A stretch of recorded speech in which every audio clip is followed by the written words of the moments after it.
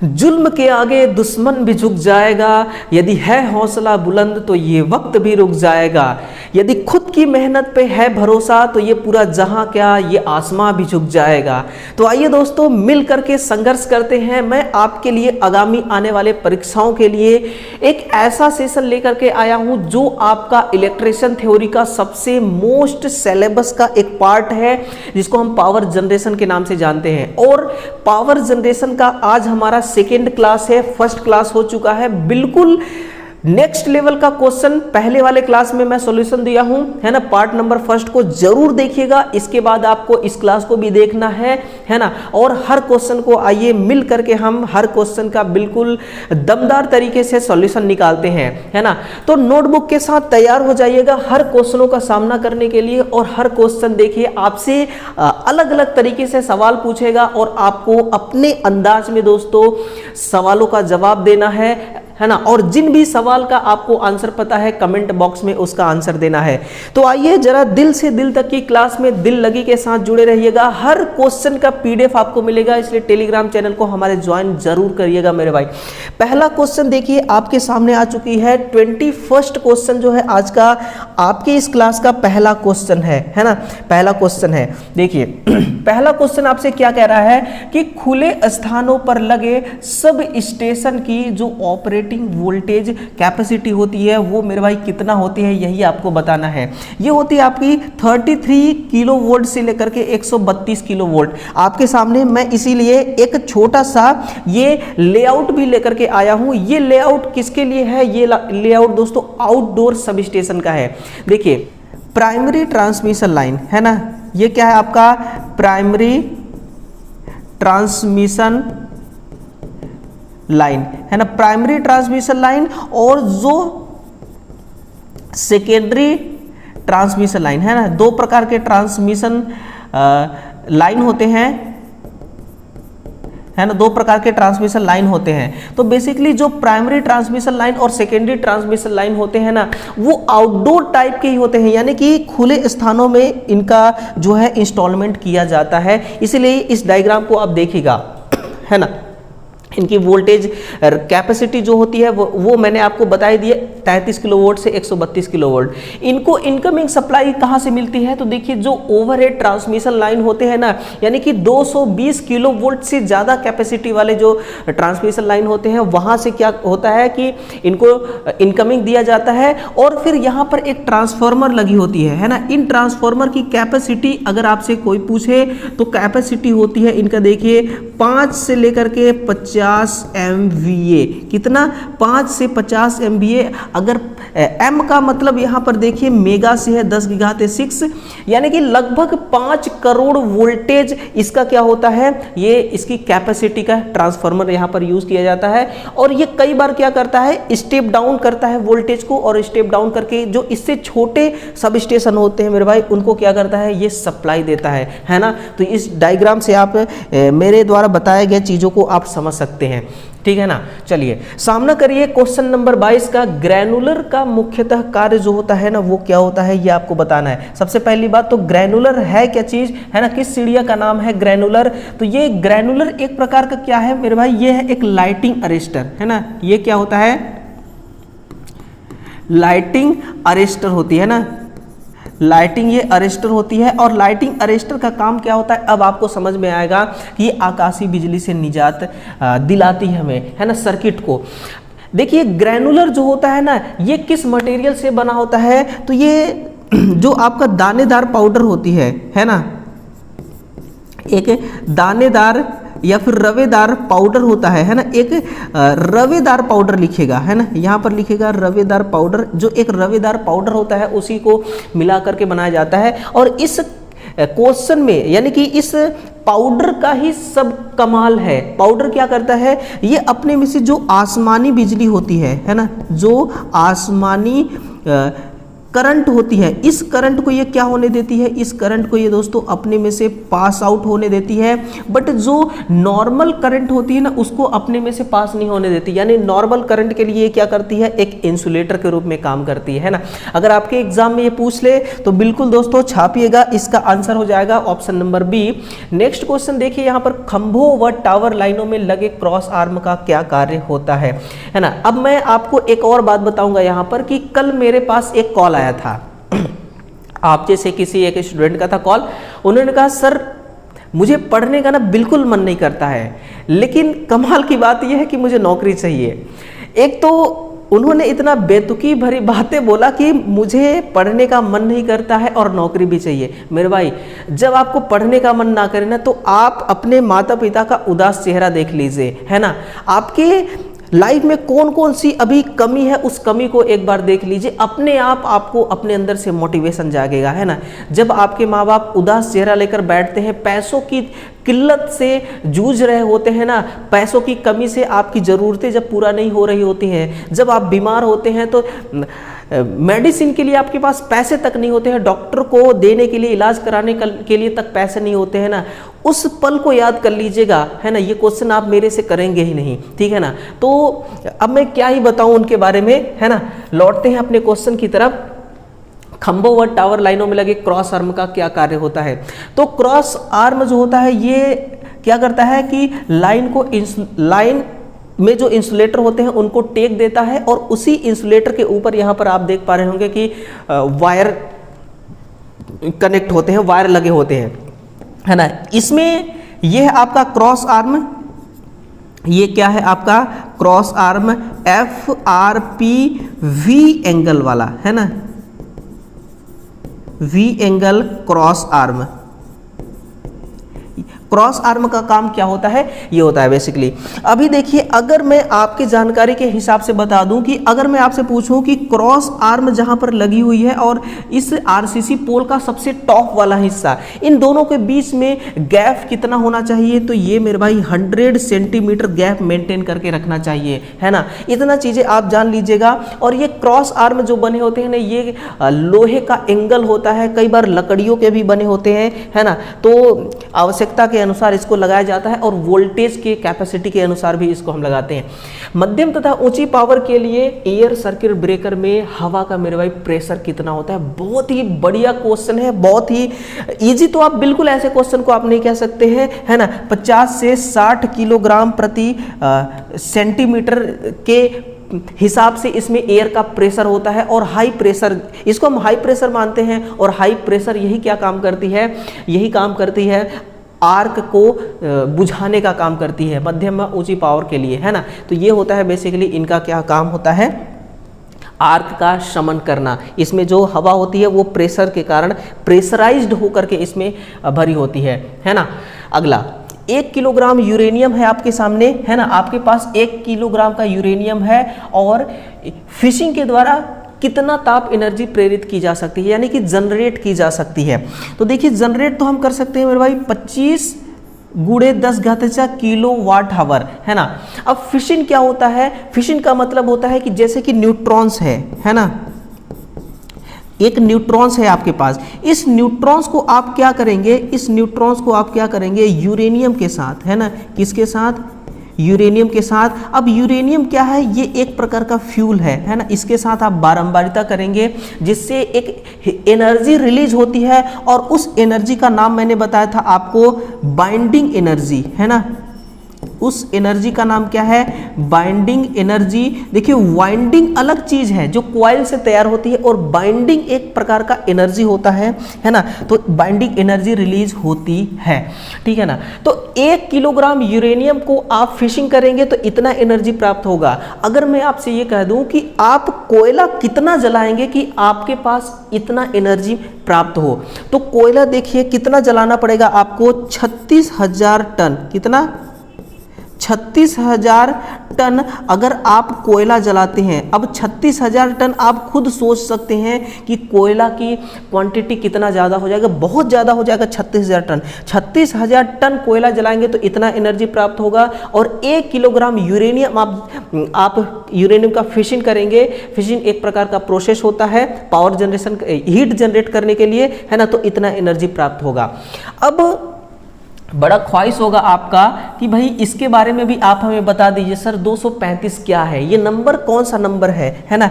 ये बड़ा शानदार तरीके से U235 लिखा हुआ है। इस 235 का मतलब होता है यूरेनियम का जो एटॉमिक मास होता है ना, ये एटॉमिक मास होता है, यही बताता है एटॉमिक मास को, ये बताता है ये नंबर। यूरेनियम का देखिए यूरेनियम का जो एटॉमिक नंबर होती है, ये नंबर का मान कितना होता है, ये होता है आपका 92, है ना। तो आपको ये कभी देखने को नहीं मिलेगा एटॉमिक का नंबर, आपको एटॉमिक का मास देखने को जरूर मिलेगा। और ये क्वेश्चन आपके सामने खड़ी है, इससे बड़ा एग्जाम्पल और क्या हो सकता है आपके लिए। Boiling water reactor nuclear plant में मंदक के रूप में यानी कि मॉडरेटर के रूप में किसका काम करता है। मैं आपको बताऊंगा यहाँ पर कि जो आप NPCIL जानते हैं ना, ये NPCIL मुख्यतः कितने टाइप्स के होते हैं, तो ये देखिए एक होता है BWR, है ना, एक होता है आपका PWR, और जो दूसरी होती है ये होती है FBR, है ना, FBR, और एक और होती है, ये होती है कैनेडू, ठीक है ना। अब इसका फुल फॉर्म क्या होता है तो वो भी देखिए, बॉइलिंग वाटर रिएक्टर BWR, है ना, प्रेशराइज्ड वाटर रिएक्टर PWR, और ये फास्ट बॉइलिंग रिएक्टर प्लांट जो होता है ये FWR, और कैनेडू का मतलब होता है कनाडा ड्यूटेरिनियम यूरेनियम प्लांट, है ना, यूरेनियम रिएक्टर प्लांट। तो ये इनका फुल फॉर्म हो गया बेसिकली। लेकिन इसमें से ना केवल आपका ये जो है, इसमें से जो मंदक अगर पूछे के रूप में, इस प्लांट में मंदक के रूप में क्या प्रयोग करते हैं, कोई भी। अब कोई भी का मतलब क्या है ना, कोई भी का मतलब है आप ग्रेफाइट भी यूज कर सकते हैं, है ना, आप पानी भी यूज कर सकते हैं, आप हैवी वाटर भी यूज कर सकते हैं, आप हैवी वाटर भी यूज कर सकते हैं, है ना। तो ये कोई का मतलब ये होता है। और BWR और PWR में इसमें क्या होता है, पानी। तो ऑप्शन नंबर देखिए ए आपका करेक्ट आंसर हो गया। ये जो प्लांट का पूरा ओवरव्यू आपको दिख रहा है ना, ये NPCIL का ही प्लांट है। और ये जो NPCIL प्लांट होती है, इसका एरिया बहुत ज़्यादा नहीं होता है ना, और बहुत कम भी नहीं होता है, ये चीज़ होती है। थर्मल शक्ति संयंत्र की निपुणता संभवतः कितना होता है, यानी कि NTPC के बारे में पूछा जा रहा है। तो ऑप्शन नंबर बी देखिएगा, 20 से 30% के बीच होता है इसकी निपुणता। और ये जो 20 से 30% बताई जा रही है, ये आपके नीमी के बुक में दिया गया है, नीमी पैटर्न्स के, यानी कि नीमी के अनुसार ये डेटा मैं आपको बता रहा हूँ। वैक्यूम सर्किट ब्रेकर की प्रतिरोधी क्षमता कितना होता है, तो ये अधिक होती है। प्रतिरोधी कैपेसिटी इसमें क्या होता है, सबसे ज़्यादा होता है, सभी ब्रेकरों से इसमें बहुत ज़्यादा अधिक होता है ना। एयर ब्लास्ट सर्किट ब्रेकर का प्रयोग आप कहाँ पर करते हैं, तो आर्क फर्नेस ड्यूटी में भी और ट्रैक्शन सिस्टम में, दोनों जगह पर इसका जो है वो यूज़ किया जाता है। यानी कि ये कह सकते हैं कि आउटडोर में इसका प्रयोग ज़्यादा किया जाता है ना।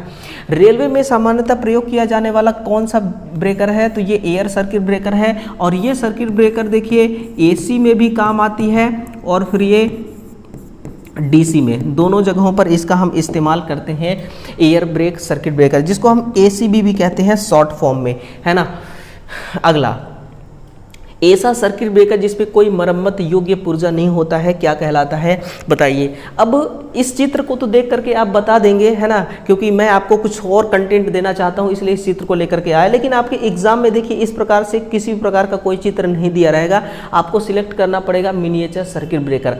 देखिए मिनिएचर सर्किट ब्रेकर में होता यूँ है कि ये इसका कॉन्टेक्ट पॉइंट है ना, ये मान लीजिए L1, ये कॉन्टेक्ट पॉइंट है C1, और इसको कॉन्टेक्ट पॉइंट C2 नाम देते देते हैं। यहाँ से आप इनकमिंग देते हैं, इनकमिंग इसमें हमेशा कहाँ से दिया जाता है, नीचे से दिया जाता है और आउटपुट ऊपर से लिया जाता है ना। ये चीज़ ध्यान आपको रखना पड़ता है। तो आप यहाँ से आपने सप्लाई दिया है ना, सप्लाई यहाँ गई, यहाँ गई, यहाँ गई। अब आप इसको उठाएंगे, आप उठाएंगे तो यहाँ पर ये वाली जो पॉइंट है ना, ये आपस में कनेक्ट हो जाएगी और सप्लाई यहाँ तक पहुँच जाएगी। यहाँ से आप आउट के लिए आप यहाँ से लोड कनेक्ट कर सकते हैं, है ना। बीच में क्या होता है, ये इसका कॉइल असेंबली है, ऑपरेटिंग हैंडल है, ये कॉन्टेक्ट पॉइंट है ना, बाईमेटेलिक ये स्ट्रिप है, ठीक है। तो ये देखिए एक्चुअली होता क्या है, जब शॉर्ट सर्किट होती है ना, उस समय क्या होता है, हाई करंट फ्लो होती है और एक स्पार्किंग भी होती है। उस स्पार्किंग को समाप्त करने के लिए आर्क रनर यहाँ पर लगाया जाता है। इस आर्क रनर को आर्क चैम्बर में फिट करते हैं। आर्क रनर जो होता है ये आपस में पैरेलली एक बाईमेटेलिक स्ट्रिप होती है और पैरेलल कनेक्ट कर देने से इसकी लंबाई बहुत ज़्यादा बढ़ जाती है और लंबाई बढ़ने से रेजिस्टेंस देखिए बहुत ज़्यादा बढ़ता है, ये आपको अच्छे से पता होगा। और जैसे लंबाई बढ़ती है और रेजिस्टेंस बढ़ता है तो रेजिस्टेंस ज़्यादा होने के कारण ये जो आर्क है ना, ये अपने आप बुझ जाती है। ये प्रोसेस तो नॉर्मली होता है जब बिल्कुल ओके रिपोर्ट होती है आपकी एमसीबी, लेकिन जब एमसीबी खराब होती है ना, तो इसमें कोई सा भी ऐसा इसका पार्ट नहीं है जिसको आप एक्सचेंज कर सकते हैं, है ना। इसको फिर कूड़े करकट में ही फेंकना है, इसको फिर दोबारा यूज नहीं करना है ना। न्यूनतम ऑयल परिपथ वियोजक में ऑयल का आयतन कम क्यों रखा जाता है, क्योंकि कॉन्टेक्ट एवं अर्थ है ना। देखिए क्योंकि कॉन्टेक्ट व अर्थ के मध्य ठोस इंसुलेशन होने के कारण ऐसा होता है। देखिए एक था अधिकतम ऑयल सर्किट ब्रेकर जिसमें क्या होता था कि खतरा सबसे ज़्यादा रहता था, है ना, क्योंकि उसमें ऑयल की मात्रा सबसे ज़्यादा रहती थी। उस खतरे को ओवरकम करने के लिए हमने न्यूनतम ऑयल सर्किट ब्रेकर बनाया और न्यूनतम ऑयल सर्किट ब्रेकर को हमने काम में लिया। इसमें जो ऑयल होता है ना, इसमें जो तेल होता है, ये ऑयल देखिए क्या करता है, 90% ये इंसुलेशन का काम करता है। ये किसका काम करता है, 90% इंसुलेशन का, और इसी में से 10% ये काम करता है आपका आर्क शमन के लिए, है ना। आर्क समन के लिए ये तेल 10% काम करती है और 90% इंसुलेशन का काम करता है। ये चीज़ें ना आपको कहीं पर नहीं मिलने वाली है। अगर आप सोचेंगे किसी दूसरे टीचर से मैं ये चीज़ें सीख लूँ तो ये चीज़ें मुश्किल है सीखना, है ना। बहुत इसके पीछे की कहानी है। देखिए एक क्लास देने के पीछे बहुत स्ट्रगल है मेरा, तब जा कर के मैं आपके सामने खड़ा हो पाता हूँ, है ना। तो ये चीज़ें ढूंढने में पसीना निकल आता है। इसलिए दोस्तों चीज़ों को नोट कर लीजिएगा, ठीक है ना। इसका आंसर ऑप्शन नंबर बी हो गया कि कॉन्टेक्ट एवं अर्थ के मध्य ठोस इंसुलेशन होने के कारण ये जो ऑयल का आयतन होता है ये कम रखा जाता है ना। अगला, उच्च वोल्टेज तथा निम्न धारा पर परिपथ ब्रेक करने के लिए सबसे उपयुक्त कौन सा है, ये वैक्यूम सर्किट ब्रेकर है। और इसमें वैक्यूम जो होती है ना, इसमें जो वैक्यूम होती है ये क्या करती है, ये आर्क को रोकती है ना। आर्क को रोकती है, या फिर आर्क में जो स्ट्राइकिंग होता है, आर्क में स्ट्राइकिंग होती है ना, उसको आर्क की स्ट्राइकिंग करने में, है ना, स्ट्राइकिंग करने में ये क्या करता है, वैक्यूम जो है ये काम करता है, वैक्यूम सर्किट ब्रेकर। और इसकी जो प्रतिरोधी क्षमता होती है, ये भी ध्यान रखिएगा, इसकी जो प्रतिरोधी क्षमता होती है वो भी कैसी होती है, ये भी अधिक होती है। देखिए जब आप किसी भी कंपटीशन एग्जाम में बैठते हैं मेरे भाई ना, तो उसमें से देखिए सीधे सीधे मैं अगर बात करूं तो आपका 80% सिलेबस ITI का पूछा जाता है, बाकी 20% ना क्वेश्चन सीधे सीधे आपका डिप्लोमा से पूछा जाता है। डिप्लोमा लेवल का क्वेश्चन पूछे जाते हैं, और डिप्लोमा लेवल का क्वेश्चन आपको देखिए इतना आएंगे नहीं, क्योंकि आपने ITI कर रखा है, जो डिप्लोमा किया होगा उसी को आएगा। तो फिर आपको ऐसा लगता है ना कि ये क्वेश्चन देखिए लाइफ में हमारे पहली बार आया है, एग्ज़ाम बहुत ज़्यादा टफ आया था, क्वेश्चन बहुत ज़्यादा टफ आया था। टफ वफ कुछ नहीं होता है, देखिए बस आपकी तैयारी अगर दमदार तरीके से है ना, तो हर चीज़ आपके लिए आसान हो जाती है। करंट चोपिंग सामान्यतः किस में होता है, ये होता है ABCB।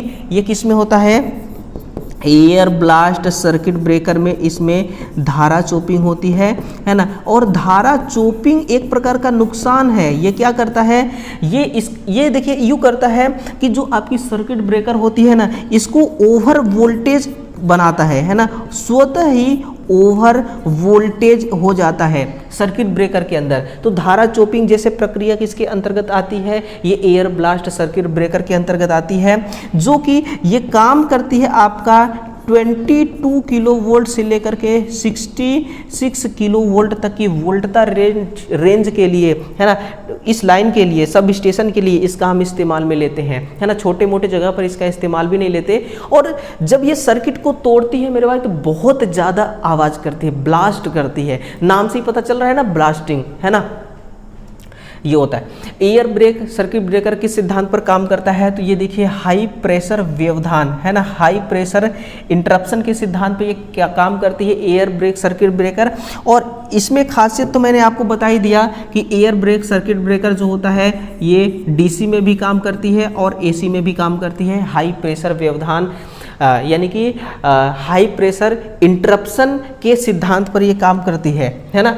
तो आंसर क्या हो जाएगा, ऑप्शन नंबर बी इसका सही आंसर हो जाएगा, ठीक है ना। बिल्कुल देखते रहिएगा। देखिए आप स्वयं देखिए, जो मैंने आपसे कमिटमेंट करता हूँ प्रारंभ में ना मेरे भाई, वो कमिटमेंट मैं पूरा करता हूँ, वो कमिटमेंट मैं पूरा भी करता हूं। अगर मैंने शुरू में आपको बोला कि क्वेश्चन बिल्कुल बढ़िया लेवल का है और उसका कंटेंट भी बढ़िया लेवल का है, तो वो मैं कमिटमेंट पूरा करने के बाद ही इस क्लास से दूर जाऊंगा। और जब तक पूरा नहीं करूंगा मैं आपके सामने रहूंगा, है ना। बस क्वेश्चनों को आप देखते रहिएगा कि निम्न में से विद्युत सब स्टेशन का कार्य नहीं है, तो ये पावर जनरेशन का कार्य नहीं करता है। ये काम पावर जनरेशन का काम नहीं है, पावर विद्युत सब स्टेशन का कार्य होता है। इसका कार्य होता है कि सब स्टेशन से जो फीडर निकलते हैं, है ना, सब स्टेशन से फीडर निकाली जाती है और इन फीडर को कहाँ पर कनेक्ट किया जाता है, डिस्ट्रीब्यूशन स्टेशन पर, है ना। इनको डिस्ट्रीब्यूशन स्टेशन जितने होते हैं ना, वहाँ पर क्या कर दिया जाता है, इनको सप्लाई दिया जाता है ना।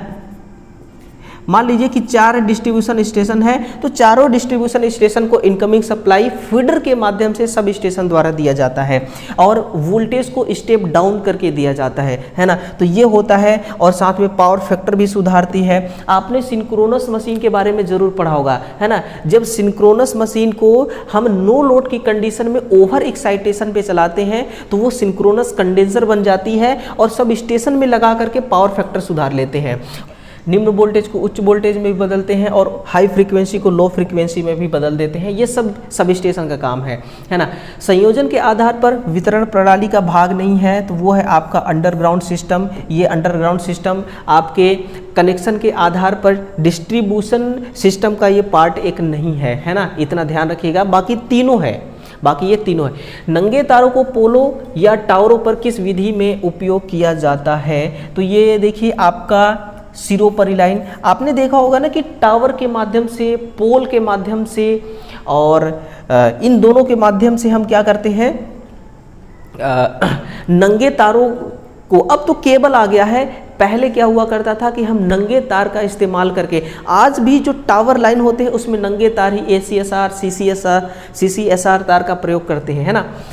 परिपथ वियोजक किस प्रकार का स्विचिंग यंत्र है, तो ये तो क्वेश्चन देखिए बहुत ही आसान हो गया, मैकेनिकल प्रकार का, क्योंकि इसमें एक मूविंग कॉन्टेक्ट होता है, एक फिक्स्ड कॉन्टेक्ट होता है। और जब सर्किट ओवरलोड होती है या फिर शॉर्ट सर्किट होती है, तो जो मूविंग कॉन्टेक्ट होता है वो मूव करता है ना, और फिक्स वाला तो फिक्स रहेगा। तो ये मैकेनिकल रूप से काम कर रहा है। एक तरह से देखा जाए तो ये कैसे काम कर रहा है, मैकेनिकल रूप से ये काम कर रहा है। तो ये मैकेनिकल स्विचिंग यंत्र है और स्विच का काम कर रही है, सर्किट को ऑन ऑफ करना है और सर्किट को सेफ्टी देना है। लास्ट क्वेश्चन है देखिए कि डिस्ट्रीब्यूशन सिस्टम में डिस्ट्रीब्यूटर कंज्यूमर टर्मिनल पर विभव परिवर्तन की अंतिम सीमा कितना है। सबसे पहले जानिए कि डिस्ट्रीब्यूशन वितरण क्या होता है। ये जो आपका वितरण सिस्टम है ना, जो वितरण सिस्टम है ये सप्लाई किसको देती है, सर्विस मेन लाइन को, है ना। जो सर्विस मेन लाइन होती है उसको ये क्या करती है, ये सप्लाई देती है ना। और सप्लाई देती है, अगर मैं आपसे पूछूं कि वितरक सिस्टम में जो धारा का मान होता है ये कैसा होता है, तो आप लिखिएगा इसमें धारा बिल्कुल नियत होती है। अगर वोल्टेज के बारे में पूछा जाए ना कि इसमें वोल्टेज कैसा होता है, तो वोल्टेज नियत नहीं होता है, ये लोड पर डिपेंड होता है, ये लोड पर डिपेंड होता है ना। तो जो डिस्ट्रीब्यूशन सिस्टम द्वारा सर्विस मेन लाइन को सप्लाई दिया गया है, तो इस लाइन में जो टर्मिनल पर वोल्टेज आएगा ना, टर्मिनल पर वोल्टेज ज़्यादा ड्रॉप नहीं होना चाहिए 6% से ज़्यादा। अगर 6% से ज़्यादा ड्रॉप हो गया तो आपको पेनाल्टी देना पड़ेगा, है ना। चलिए ये क्लास देखिए, इस क्लास में सारे क्वेश्चन समाप्त हो चुके हैं। हर क्वेश्चनों का देखिए बहुत बखूबी तरीके से मैंने इसका सॉल्यूशन दिया आपको। अब इस वीडियो को शेयर कीजिएगा, है ना। और कल सुबह चलिए फिर से मिलते हैं। अपना ध्यान रखिएगा और फिर इस संघर्ष की दुनिया में जुड़े रहिएगा, है ना। संघर्ष ही आपकी दुनिया है और दुनिया ही आपका संघर्ष है। तो मिलते हैं कल सुबह 9 बजे।